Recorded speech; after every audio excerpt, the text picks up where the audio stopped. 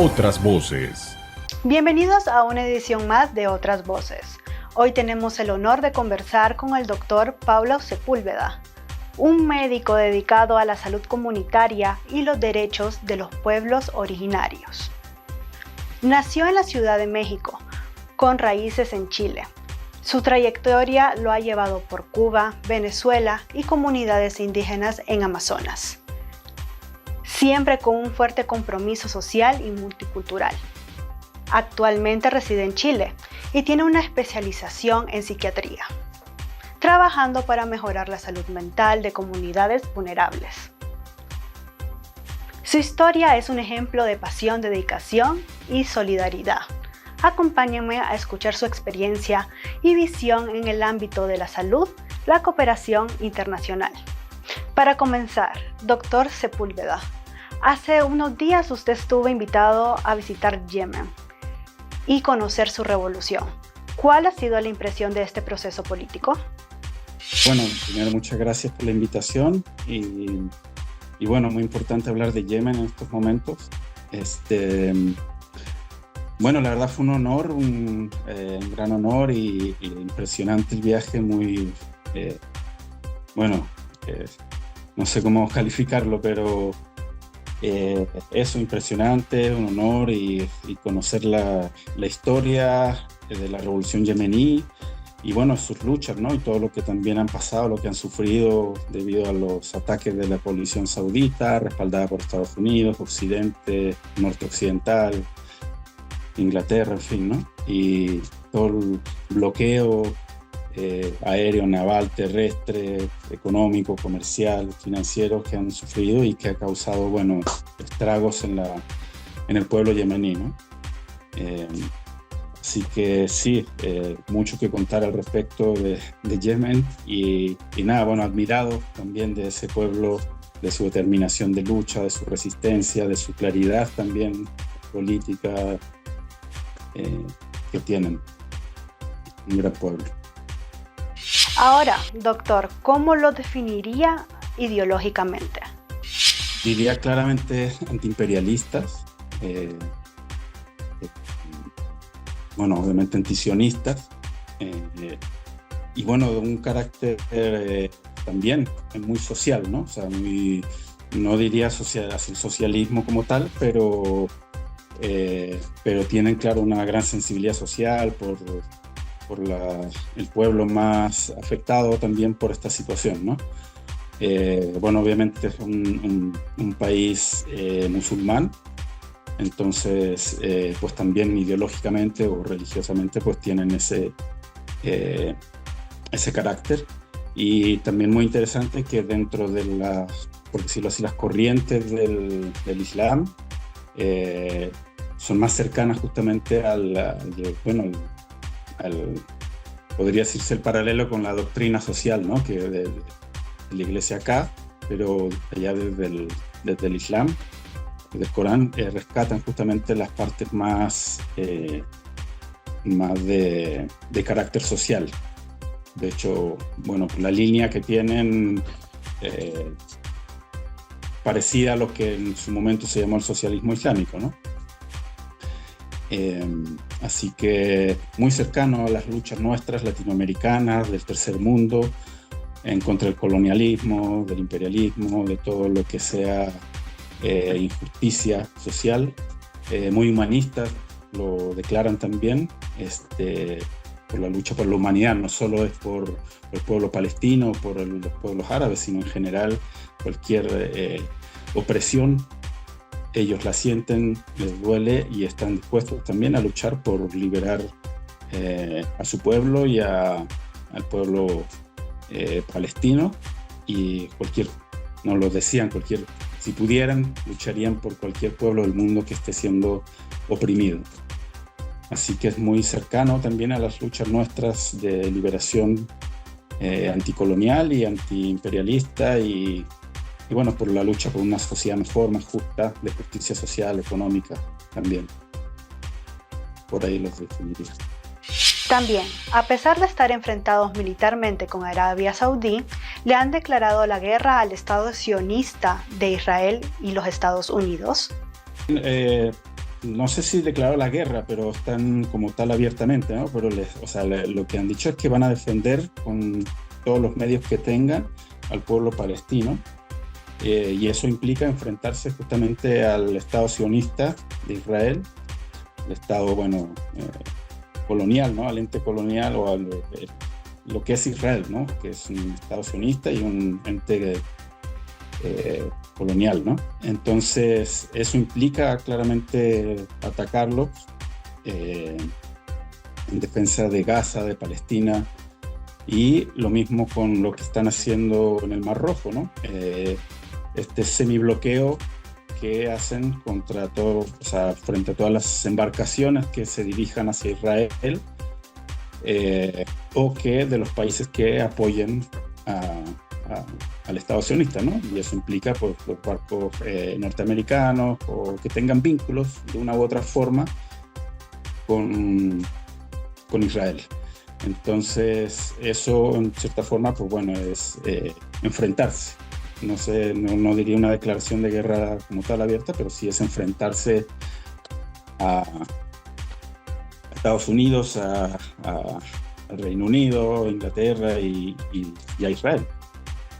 Así que en eso están y es lo que hemos visto, ¿no? Lo que Yemen y de Ansarallah se ha hecho visible ante el mundo por esa ya, digamos, acaparado la atención y la admiración de los pueblos libres del mundo que están en contra de todo el genocidio y los crímenes de lesa humanidad, los crímenes de guerra que se están cometiendo, ¿no? En Israel, o sea, en Gaza,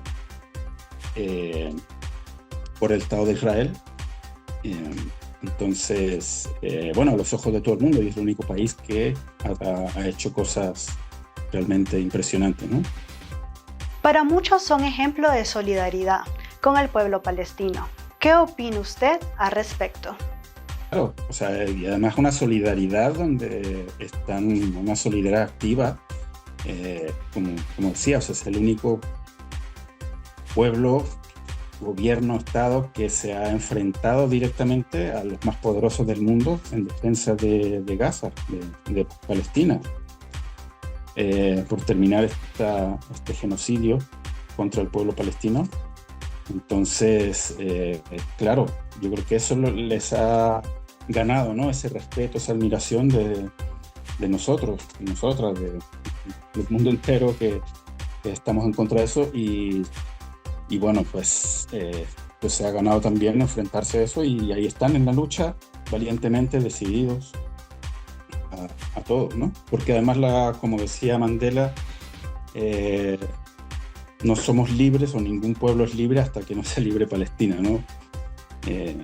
Por todas las injusticias históricas que significa, ¿no? O sea, es una de las cosas más atroces en la humanidad lo que ha pasado, ¿no? Con el pueblo palestino, con los territorios ocupados por el sionismo, por Israel.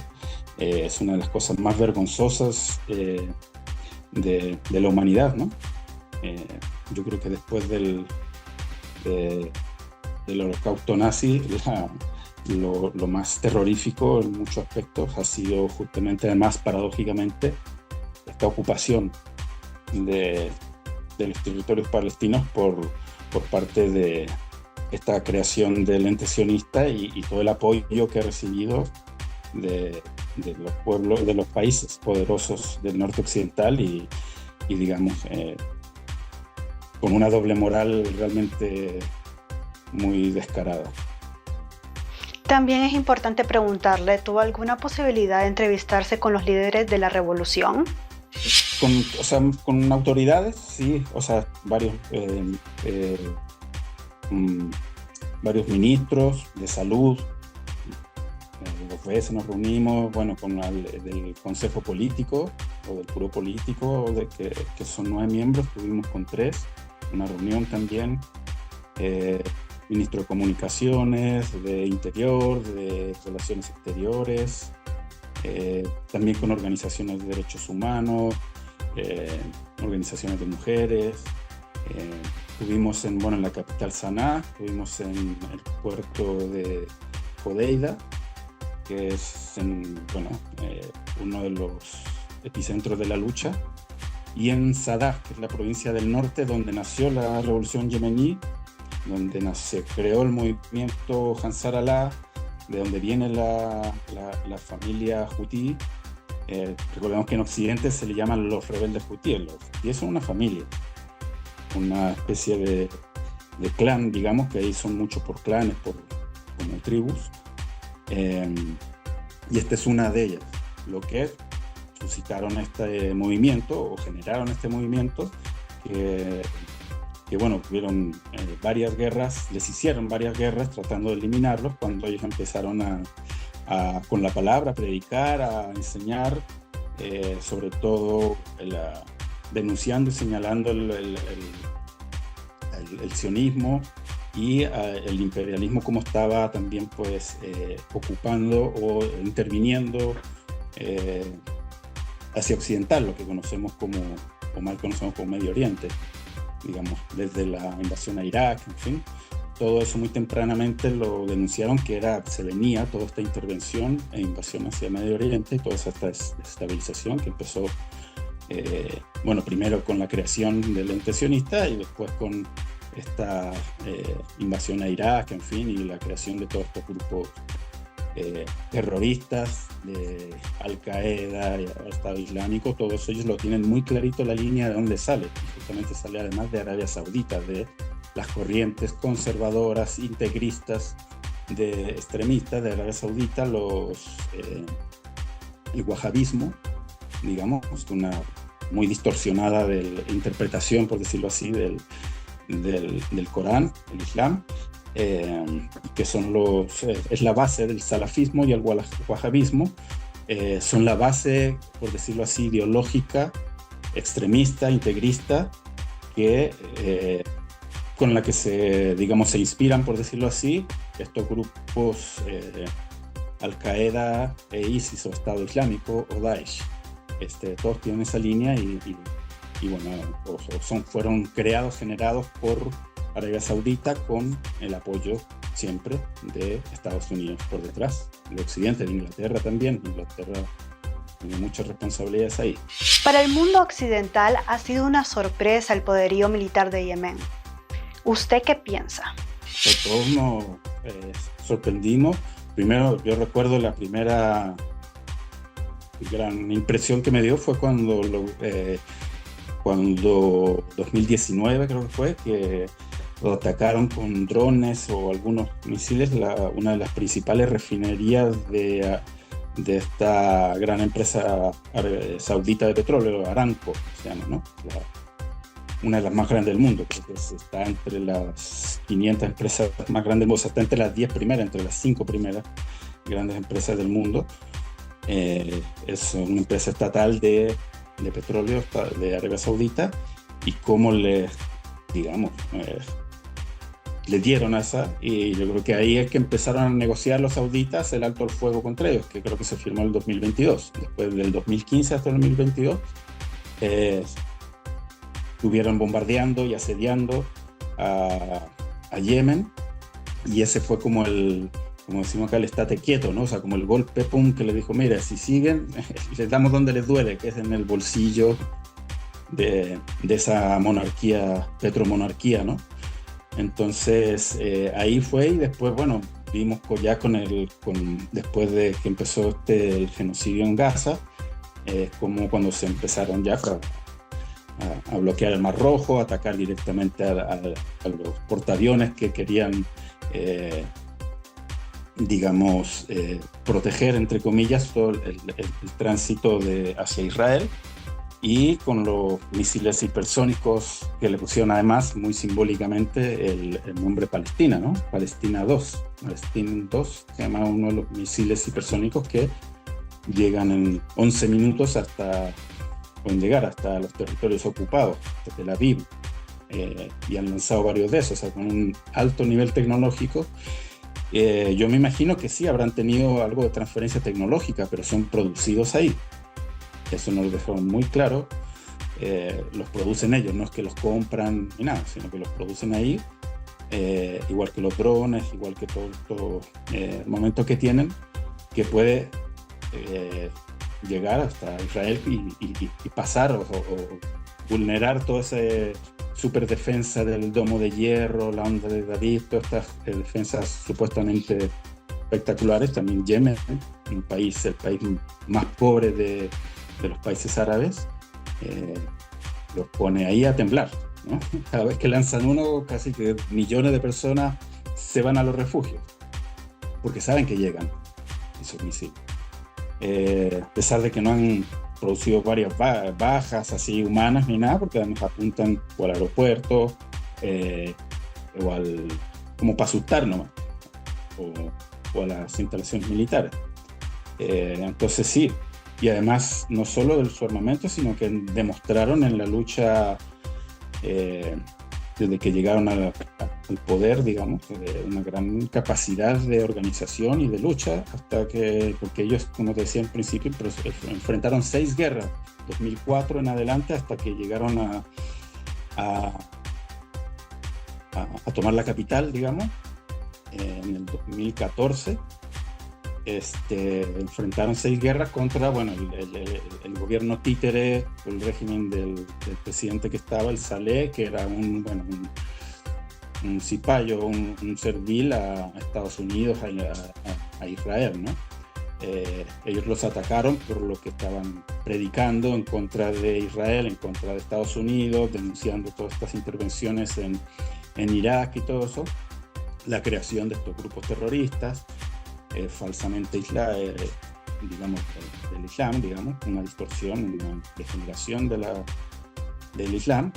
Todo eso lo empezaron a denunciar y se empezaron entonces nos contaban que la embajada norteamericana desde finales de los 90, principios del 2000, le decían al gobierno títere del Saleh que los tenía que eliminar, que los tenía que atacar, no sé qué, y así fue, empezaron a atacarlo. El primer ataque que sufrieron en 2004 cuando matan al líder histórico del movimiento Ansar Allah, que era Hossein al-Houthi, el hermano del actual líder de la revolución,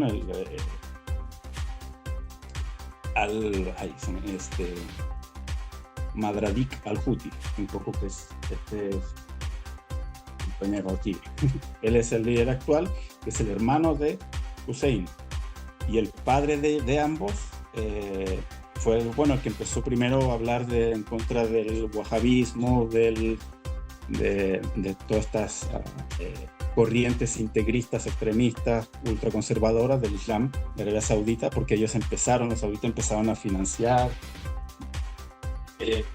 mezquitas con la ideología wahabista, conservadora, en fin, en Yemen, y ellos decían, no, nosotros somos de esta otra corriente, denunciamos que ustedes son además títeres digamos, de Occidente, y eso. Entonces lo empezaron a atacar y ellos resistían y cada vez fueron agarrando más territorio, el norte, hasta que después se junta el contexto o lo de las primaveras árabes, que en Yemen pues ellos capitalizaron ese descontento social en contra del gobierno de Saleh, de la corrupción, que era, hasta era conocida en el mundo, le decían una cleptocracia, ¿no? Mucha corrupción, en fin, oligarquías, y que entonces todo ese descontento que se armó con esto del 2011, en las primaveras árabes, ahí Hans al-Ahrar crece muchísimo más. O sea, digamos, el pueblo le hace sentido lo que hablaba, lo que hacían. El movimiento Ansar Allah, que lideraban la familia Houthi, y hasta que, gracias a eso también pues, se toman Sanaa. Y ahí es cuando, Arabia Saudita dice, no, hay que... y los ataca, ¿no? Empieza esta coalición saudita, que fueron Emiratos Árabes, un montón de países árabes, excepto Argelia, Túnez y otros, se sumaron a los ataques, todo con armas norteamericanas en su gran mayoría. Bombas de racimo, los aviones F-16, todo, con todos los cuidados. O sea, crímenes de guerra ahí, muchísimos. Uno de los que nos mostraron en Sada, en el norte, un bus escolar de niños que, están ahí, un espacio de lo que era la escuela y están todos ahí, digamos, enterrados juntos y relatan ahí cómo fue, ¿no? Ese es uno de los más atroces. Otro en la capital, Saná, ¿no? En el funeral de un líder que murió, un líder conocido o querido por el pueblo.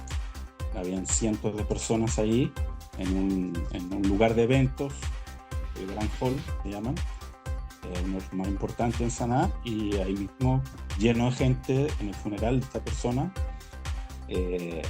lo bombardean. También ahí hubieron ciento y algo de personas asesinadas.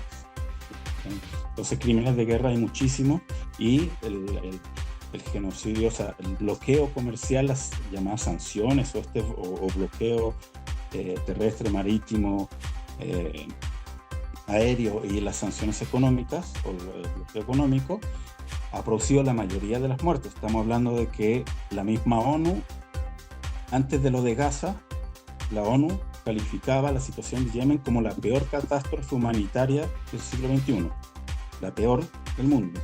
Estamos hablando de que cifra del 2020-21, casi 400.000, 377.000 personas muertas, en su mayoría menor de edad, niños, mujeres, por hambre y enfermedades prevenibles o curables, con medicamentos, con asistencia, y otra parte menor por los bombardeos.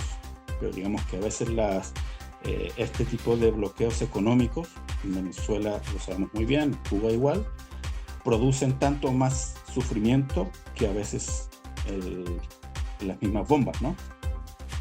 En Irak, por ejemplo, estas sanciones que pusieron en 13 años de sanciones provocaron, conocido también, documentado, sabido, la muerte de 600.000 niños y niñas por hambre y enfermedades. No estamos hablando de por balas o por bombas, por hambre y enfermedades prevenibles, que con alimentos, digamos, que bloquearon. O sea, el mismo programa de petróleo por alimentos que implementaron en Irak, eso era el mismo jefe del programa, en ese de la ONU, se salió, hizo un libro que se llama Autopsia de Irak, las sanciones como arma de guerra, así se llama el libro. Él denunció, o sea, vio lo que estaba pasando. El encargado de la ONU, creo que era un alemán, austriaco, pero no puede buscar ahí en internet el nombre del libro, así se llama, Autopsia de Irak, las sanciones como arma de guerra. Y era el mismo encargado de ese programa. Y al ver los estragos, lo que producía eso, renuncia y escribe este libro. Y ahí que habla de esas cifras, que después en una entrevista a la Madeleine Albright, esta norteamericana, que era, creo que del Departamento de Estado, la jefa del Departamento de Estado, una periodista le pregunta, pues está en YouTube, digamos, que si valió la pena eso, y ella dice, sí, valió la pena. Respuesta casi textual: valió la pena la muerte de 600.000 niños y niñas producto de las sanciones para derrocar el Saddam Hussein. Sí, valió la pena. Eso solo con menores de edad, niños y niñas, más de 1 millón y tantos en total, ¿no? Contando mujeres adultas, hombres adultos, ancianos. Y en Irak y en Yemen estamos hablando de 377.000. Y la gran mayoría también por el tema del bloqueo. Y eso, digamos, tolerado por la ONU, por el Consejo de Seguridad, digamos, por lo menos. Cambiando de tema, nos gustaría hacerle una pregunta respecto a su país. ¿Cómo valora la política internacional del presidente Boric? La verdad, vergonzosa. Se dice ser que de izquierda, o sea, viene de movimientos sociales, de luchas estudiantiles, en fin.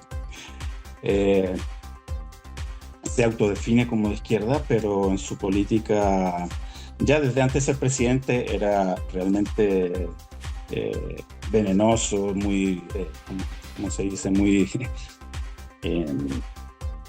virulento, esa es la palabra que buscaba, con Venezuela, Nicaragua y Cuba. Desde ahí ya a uno le hace ruido, o sea, de que tire tanto para allá y no tire a los mismos Estados Unidos. Él viajaba, además sus vacaciones siempre a Estados Unidos, en fin, el país más genocida del mundo. Y él normal se iba para allá. Hay otros vínculos ahí, que él estuvo de pareja con una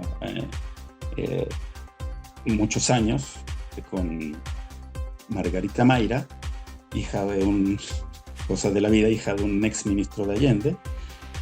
Pero bueno, de estos conversos, ¿no?, que después se han vuelto. Bueno, su hija era de la NED, de esta fundación, la Fundación Nacional por la Democracia, National Endowment Foundation, ¿no?, que es financiamiento del Departamento de Estado. Es como la hermana de la USAID, esta que hemos sabido ahora que financia periodistas, medios de comunicación, políticos, campañas para desestabilizar, ¿no?, gobiernos. Ella trabajaba ahí, tenía su carnet, o sea, era funcionaria de la NED. En la NED, en el directorio, está el Elliot Abrams, también genocida de Centroamérica. Allá lo conocen muy bien en El Salvador, sobre todo.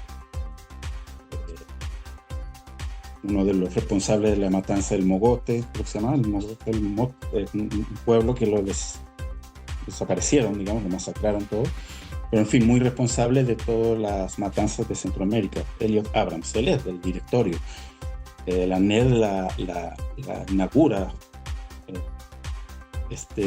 Ronald Reagan, digamos, que son como apéndices civiles de la CIA, para que, bueno, la CIA en su momento muy desprestigiada por todos los vínculos narcos que tenían para financiar sus operaciones en Centroamérica, por ejemplo. Entonces se hace el escándalo después de investigaciones periodísticas, en fin, y entonces, bueno, crean estas formas de neointervención a través de estas fundaciones o organizaciones como la USAID y la NED. Bueno, entonces, Boric, ya volviendo a él, ya en el gobierno él ha sido, bueno, excepto por lo de el genocidio en Gaza, donde él ha dicho, pero no ha hecho mucho, digamos, más que no ha roto relaciones, sigue comprando armas, siguen todos los vínculos comerciales, o sea, ha sido más de palabra que de hechos, pero en todo lo demás ha sido alineado totalmente con Estados Unidos, o sea, apoyo total a Zelensky, al nazi Zelensky, que sabemos que el batallón Azov y otras organizaciones neonazis o abiertamente nazistas, con simbología, con todo, son parte del gobierno. Y además todo lo que se hizo antes de que Rusia interviniera o sea, digamos al Donbass, ¿no? Toda esta matanza al menos del 2014 en adelante de 18.000 personas. Entonces él apoya a Ucrania, ha mandado ciertos niveles de ayuda, bueno, sea por cada vez que puede, a quien denuncia es a Venezuela o a Nicaragua, a Cuba, y bastante tibiamente, diría, y más en la acción a Israel, pero en general, y su política económica, sus relaciones comerciales, todo muy alineado con Estados Unidos, y eso. O sea, su política internacional claramente, y nacional también. O sea, adentro no ha hecho cambios para nada, ni siquiera lo que prometió, porque prometió mucho. Su programa de gobierno no planteaba el socialismo, no planteaba tampoco, era más reformista, por decirlo así, pero ni siquiera, o sea, ha hecho muchas de las cosas de promesas que dijo, ha hecho todo lo contrario, como el tratado con el TPP-11, que tanto cuando fue diputado lo denunció, que no sé qué, y lo firma después, y así, con muchas políticas ya más internas hacia Chile, la represión al pueblo mapuche, tiene militarizado el territorio mapuche, el Gualmapu, el sur de Chile, donde está la mayor conflictividad de los mapuches que recuperan tierra de las grandes forestales, en fin, lo tienen militarizado, o sea, con estado de emergencia. Todas esas políticas muy clásicas de la derecha, él las adoptó. Entonces, sí, en la práctica, más allá de su discurso pseudo-izquierdista, ha sido hacia la derecha, consolidar el modelo neoliberal, y en la política exterior, repito, ha sido alineada totalmente con Europa Occidental y Estados Unidos principalmente. También queremos preguntarle cómo recuerda a su abuelo y si sigue vigente su pensamiento. Que está muy concentrada en pocas manos, se mantiene cada vez más. Chile es uno de los países más desiguales del mundo. El 1% de los más ricos se queda con el 30% de la riqueza aproximadamente que produce el país, que producen los trabajadores, las trabajadoras, además de nuestros bienes comunes o nuestras riquezas naturales. Todo eso es acaparado, apropiado por una élite económica. Todo eso contra lo cual Allende luchó, todo eso se mantiene y no fue tocado ni siquiera cuestionado durante el gobierno de Boric. O sea, no, nada en contra de cambiar el modelo, digamos. Un modelo que además él llega al poder, o sea, sale electo tras una rebelión popular en el 2019, que, bueno, lo lleva al gobierno, digamos, que fue al final, no era lo que queríamos de candidato, pero al final, digamos que se sube sobre esta ola de querer estos grandes cambios más estructurales, más de fondo, y no lo hace. Y al contrario hace contrarreformas, digamos, más pro-neoliberales, desde las pensiones, por ejemplo, que aquí son privatizadas, lo manejan grupos económicos. Todo eso se acaba de aprobar una reforma constitucional que en el fondo les da más, antes de todo asalariado, bueno, todas personas que trabajan formal o informalmente, les daba un 10% de su salario para las pensiones, la capitalización individual, que lo administran privado, ¿no? Entonces eso ahora le pasó a casi un 15%, con la excusa de que, bueno, el Estado va a invertir, ni siquiera estos privados, sino que el Estado va a mejorar la parte que aporta el Estado, porque si fuera solo por lo que aportan los privados, por eso es un sistema fracasado de capitalización individual, no un sistema de solidaridad, que manejan una cantidad de dinero impresionante, o sea, 200 mil millones de dólares alrededor, tienen, que eso todo ha sido de sueldos de los trabajadores y trabajadoras de Chile. Bueno, le dio un nuevo impulso de un 4% más de nuestros salarios hacia estas administradoras privadas que se enriquecen y enriquecen a la clase, a la élite, ¿no? Porque les prestan dinero de todos nosotros y nosotras, trabajadores, a los bancos, a las empresas de retail, en fin, a la banca privada, todos. Entonces, profundizó también, digamos. Lo que iba a decir que si tú le quitas el aporte del Estado, que tuvo que después, hace unos años, crearse un aporte del Estado, sería más miserable de lo que ahora son las pensiones. Todo eso hizo Boric, todo esto también profundizando la privatización del cobre, del litio, entregándole el litio por 30 años más al yerno de Pinochet, que es el ex yerno de Pinochet, Julio Ponce Lerú, que es el que Pinochet le regaló a precio muy barato, digamos, una de las empresas que había nacionalizado Allende, Sopimich, que es la que actualmente explota el litio. Él es el tercer, creo, hombre más rico de Chile, gracias a esa empresa que había nacionalizado Allende, que es la que actualmente administra el litio. Entonces sí, todo eso, digamos que es lo que ha profundizado Boric, ¿no? Y había una pregunta que me había comentado Lois sobre qué harían, que es muy importante, creo resaltarla, que qué necesitan, deja por ahí la tengo,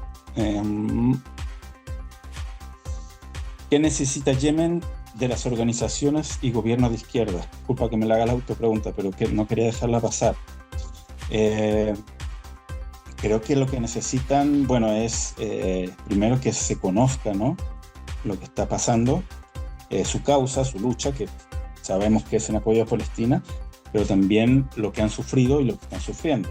Todo este bloqueo aéreo, marítimo, terrestre, comercial, financiero, económico que sufren y que ha causado toda esta catástrofe humanitaria, que sigue siendo, después de la de Gaza, la peor del mundo, digamos. Y diría que de los gobiernos de izquierda que se pronuncian solidariamente, abiertamente en solidaridad con Yemen, y los reconozcan como gobierno, como Estado, cosa que no es por las presiones de Estados Unidos, de Arabia Saudita. Arabia Saudita tiene un poder increíble por, bueno, la cantidad de dinero que tienen del petróleo, inmensa, digamos. Los sauditas pues presionan a todos los gobiernos para que no los reconozcan, el gobierno de Ansar Allah, donde recordemos además que los territorios que controla el gobierno yemení de Ansar Allah, ahí está el 70% de toda la población de Yemen, ¿sí? El resto, que es lo que controla, lo que tiene este gobierno que además está en el supuesto exilio en Riad, la capital de Arabia Saudita, el gobierno de Hadi, Mansur Hadi, es como un Guaidó yemenita, digamos, que dice que gobierna de afuera, pero en realidad esos territorios están ocupados o semi-ocupados por Arabia Saudita y Emiratos Árabes Unidos, que son los dos principales agresores hacia Yemen del 2015 al 2022, y, bueno, ahora Estados Unidos. Y además en esos territorios, que son los menos poblados, es donde están las riquezas petroleras, sobre todo, ¿sí? Entonces, donde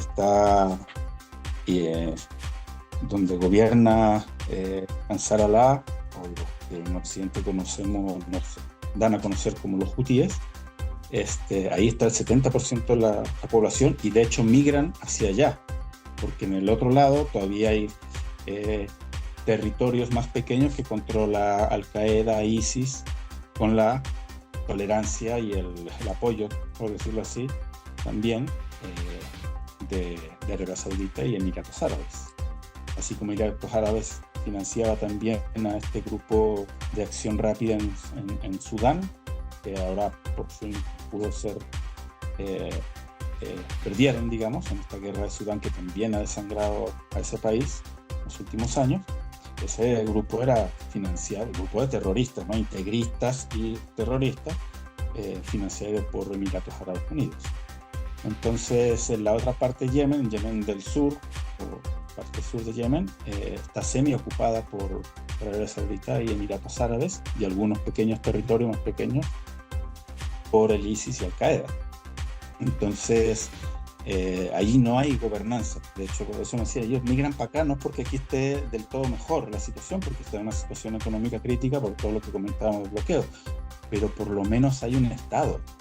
Allá no hay a quien, si quiere alguien, no sé, abrir una empresa o hacer algún trámite o cosas, más o menos no hay gobernanza, no, o sea, como que es muy caótico, digamos.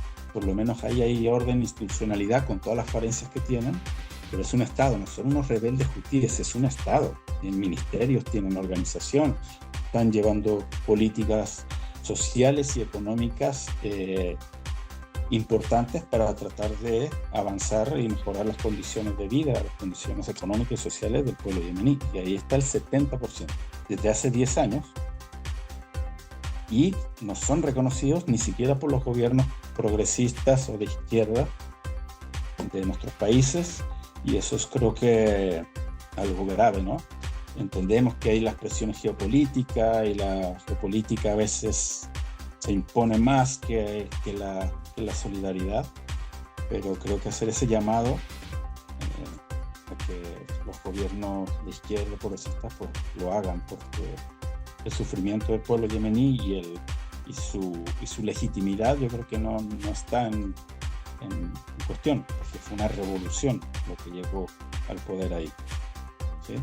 y que tiene gran apoyo popular. Y se ve, o sea, los viernes cuando convocan son más de 1 millón de personas apoyando, bueno, a Palestina, pero son gente que obviamente están con el gobierno. Y la gente, lo que conocemos en la calle, lo apoya. O sea, se nota, no es algo que te anden paseando como para que veas lo bonito o donde se apoyan, ¿no? Se ve, o sea, hay por todos lados se manifiesta, ¿no? Entonces, en carros particulares, la cara del líder Putin, siempre con los nombres en último momento, pero Bravadik, no, bueno, ya. Entonces, a eso, bueno, banderas de Palestina, en fin, por todos lados. Entonces sí tienen un gran apoyo popular y la legitimidad creo que va por ahí, ¿sí? Y además que vienen de una revolución. Muchas gracias, doctor Pablo, por compartir con nosotros sus experiencias en Yemen. Ha sido una conversación muy enriquecedora. Agradecemos a nuestros televidentes por acompañarnos en esta nueva edición de Otras Voces, donde continuaremos explorando las diversas realidades que configuran nuestra sociedad. Hasta la próxima.